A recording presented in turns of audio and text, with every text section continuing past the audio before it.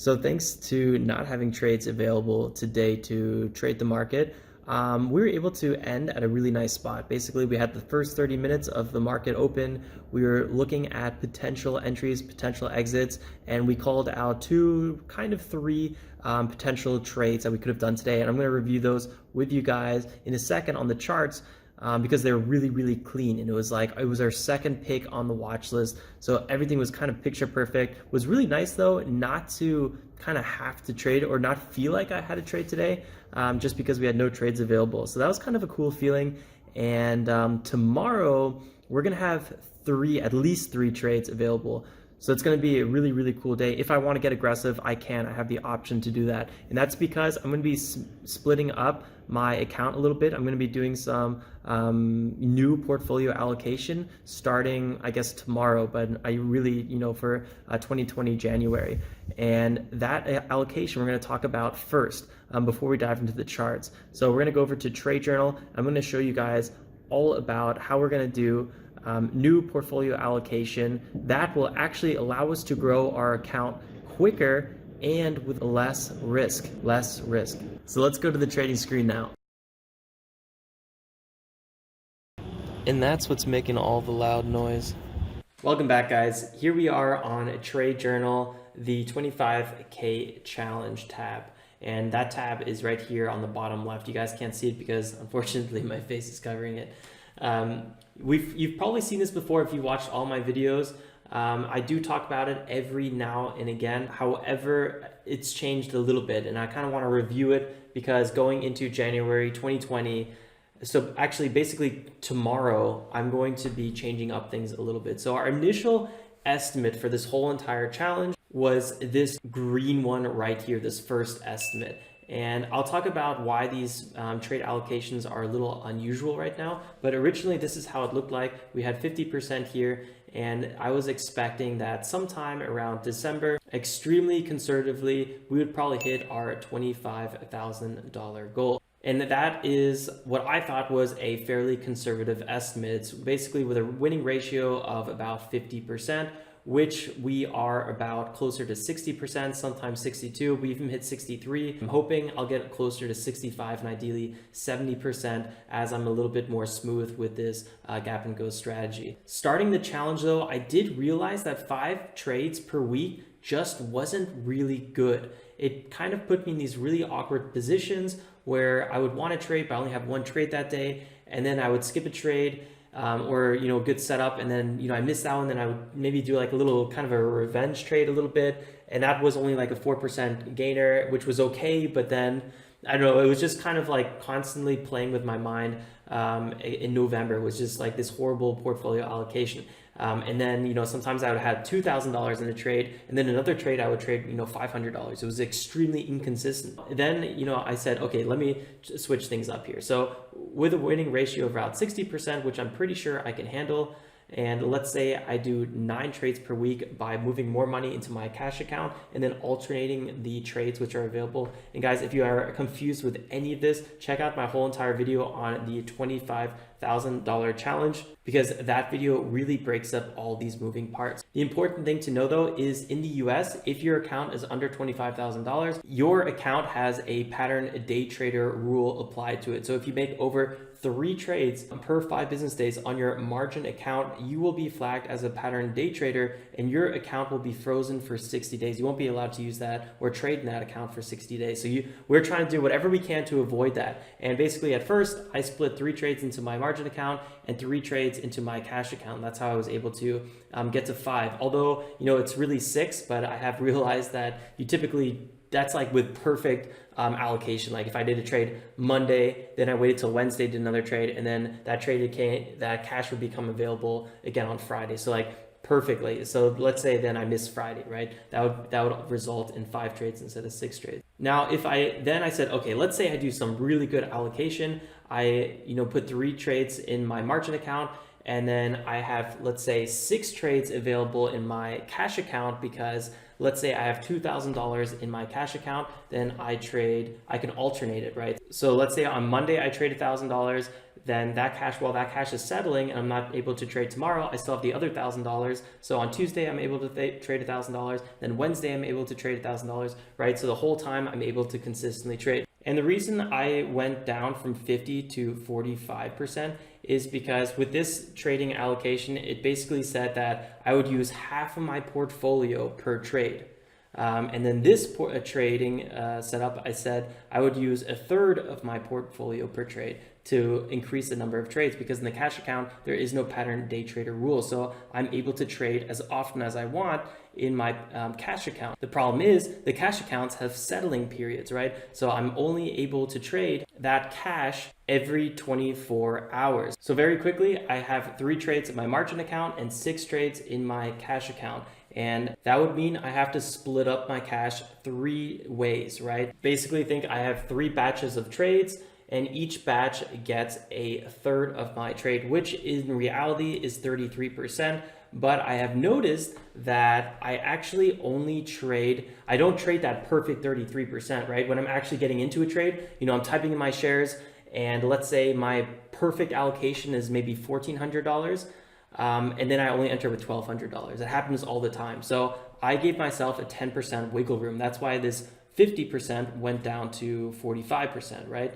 And then this 33%, 10% of 33% gives me 29.7%, because 33 times 10%, forgot the point, gives us 3.3. Now then minus that from the 33, you'll see that is now 29.7. So just add a percentage on the 33 and you'll see that's what it is. And now this third example, and this is where it gets fun. So our third example here, we have another set of 3. So in our sets of 3 trades, we have 3 trades in our margin account where we're able to trade 3 times per week. We have 3 trades in our cash account. Then we have another 3 trades in our cash account because we're alternating those 2 because of the settling period. So now we take our cash account and allocate a little bit from each one of those 3 groups to give us a third group or a fourth group. So that gives us 12 trades now per week maximum.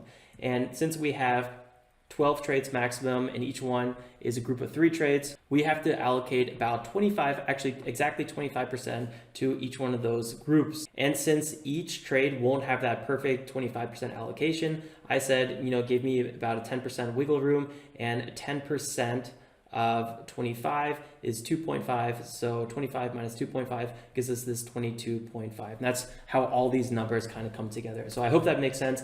If not, if something isn't totally clear, check out this video right here where I go through the whole entire thing, and you can find access to this exact TradeJournal.co sheet at TradeJournal.co.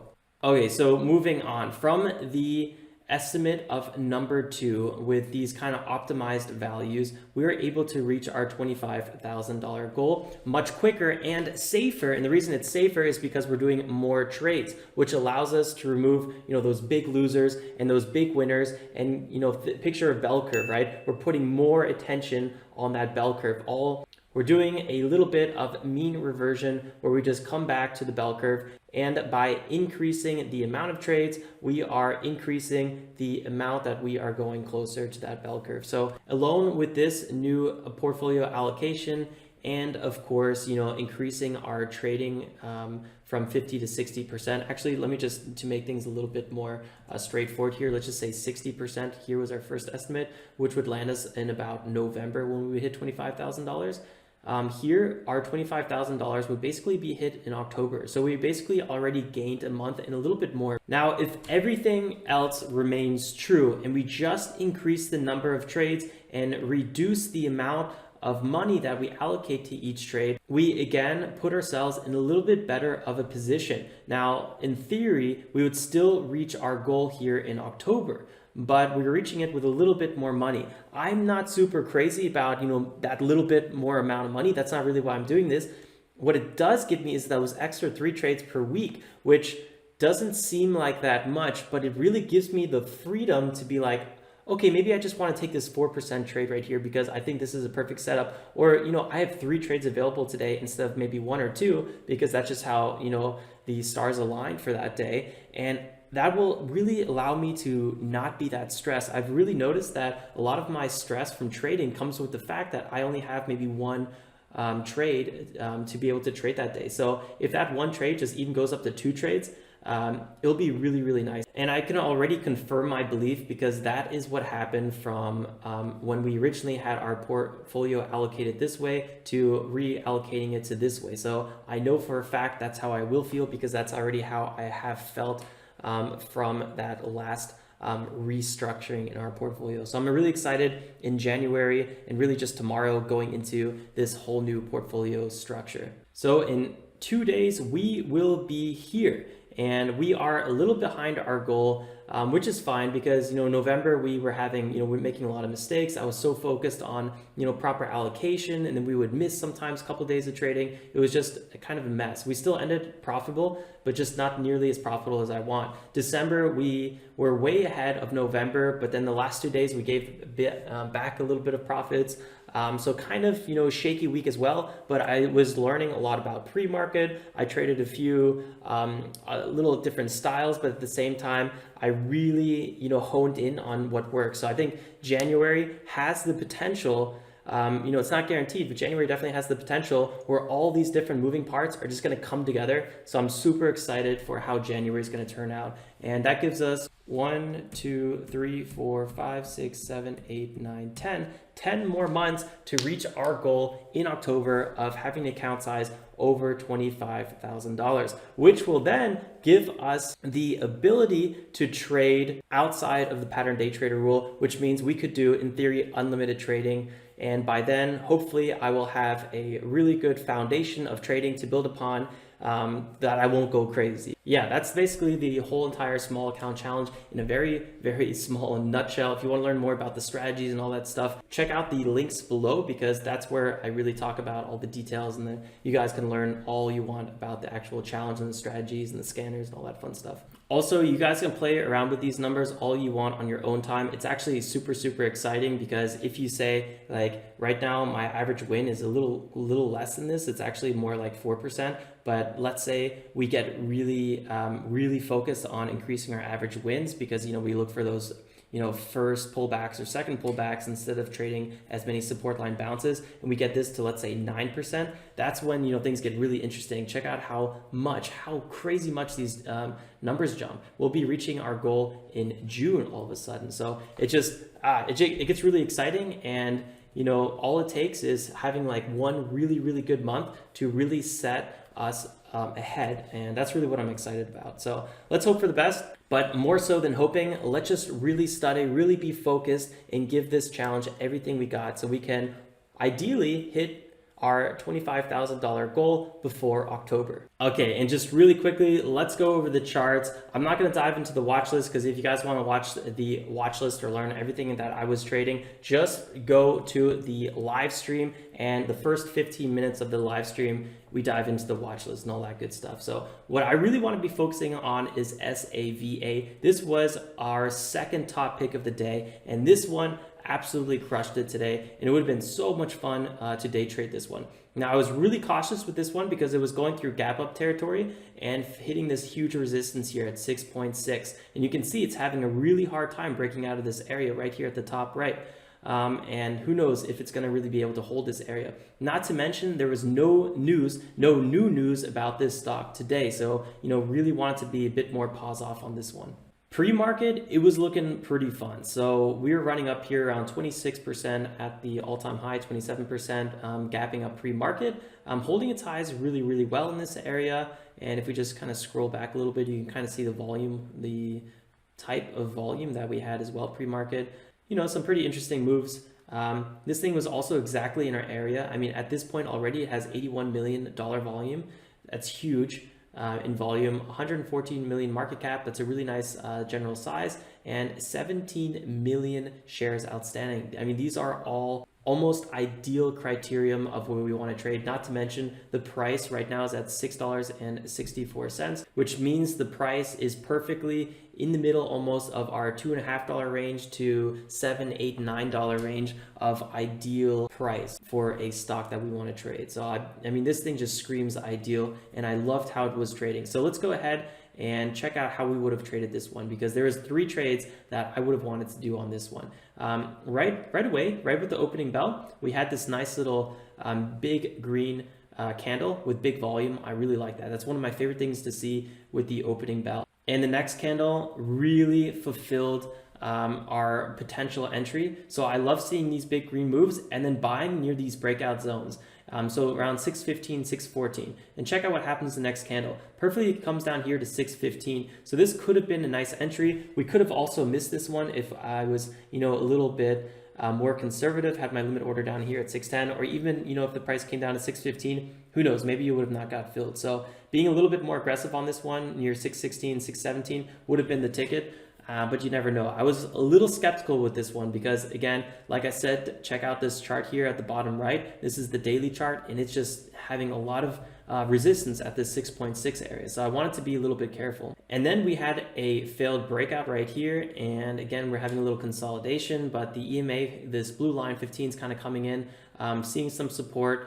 And then the next candle, I believe, was maybe the breakout. Boom, yeah, right here, big breakout. So already, if you bought here, or even just bought, when the price was consolidating, you'd already be up around 3%. But ultimately maybe 4 or 5% if you bought on this first pullback. And here is the big break to the upside. The price just keeps running. And this is where things get a little interesting, because you would have had to be pretty quick here. So we had 4 candles of continuous upward momentum. We had 13% and then 16% at the all-time high. This was a quick mover. I mean, this is only 1, 2, 3, 4, 5, 6, 7, 8, 9 minutes into the market open. I said on the live stream, I probably would have took profits here and I would have missed this run to the upside. Or I would have took profits here and maybe try to buy again on this pullback here. So those are 2 things I probably would have done just based on how, knowing my history on how I usually trade. That's probably what I've done. I don't know if I would have, gone for this big 6.5 breakout because, again, like I've been saying, that 6.6 area, a lot of resistance. But here you go. That's what happens when you break out this area. But once we broke out of this area, what I would look for is a pullback to the breakout zone. So again, putting a limit order now at 6.5, 6.6, something in this area. And right away, we had a crackdown here and pulled back higher. So this could have been another 4 to 5% trade. Really, really nice. Right away, that trade could have only lasted 2 minutes and you would have had a nice 4 or 5% trade. And then, things start selling off a little bit and the price dips down to this former breakout area. I love buying dips on former breakout areas. So again, this would have probably been my 3rd trade of the day, maybe 2nd trade, maybe 3rd trade. I don't know. Usually, again, we only have 1 to 2 trades per day, but now we're going to have a little bit more trades. So this could have been the 3rd trade of the day. And this thing bounced pretty hard. That was a 9% rally. There's no way I would have held it into 9%. But there's a good chance I would have held it to the top of this candle. So that would have been about a 5% trade. So again, really, really nice clean trade. And after that, I would have been done. I don't like trading from 9:55 to 10 o'clock. I find it, things pull back a little hard. You don't know how fast and far they're going to pull back. If I trade from 10 to 11, I'm looking for first pullbacks. So something, a reversal, we broke to the downside and now we're breaking back to the upside. So this would be a first pullback right here, 5% trade. And then again, I don't know, I probably would have not traded any of this because it's a little choppy.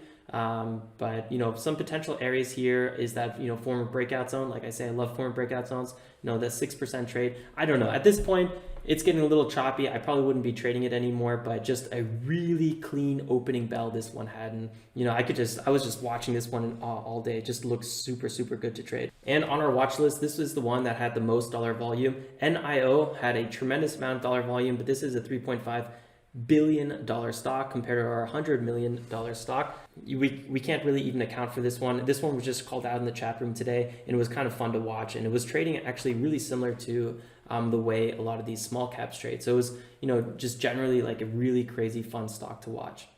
And yeah, look at this thing. This thing is just creeping higher and higher. During the live stream, right before we ended the live stream, was right around here. We had this little break to the upside. And yeah, this could have been a really fun trade. I wish we could have traded something today. But again, we only had $480 and kind of leftover cash to trade today. And I said, whatever. We're just going to wait till we have some proper account allocation tomorrow and then, hit the market hard. So guys, I hope I see you tomorrow for the live stream, the last trading day of the year, of the decade. Let's make it a good one. Definitely subscribe and hit that bell icon too if you guys are new here and you don't want to miss any of these upcoming videos. I'm off. Till next time, guys, stay safe. And like always, make some awesome trades. I'll see you next time. Ciao, ciao.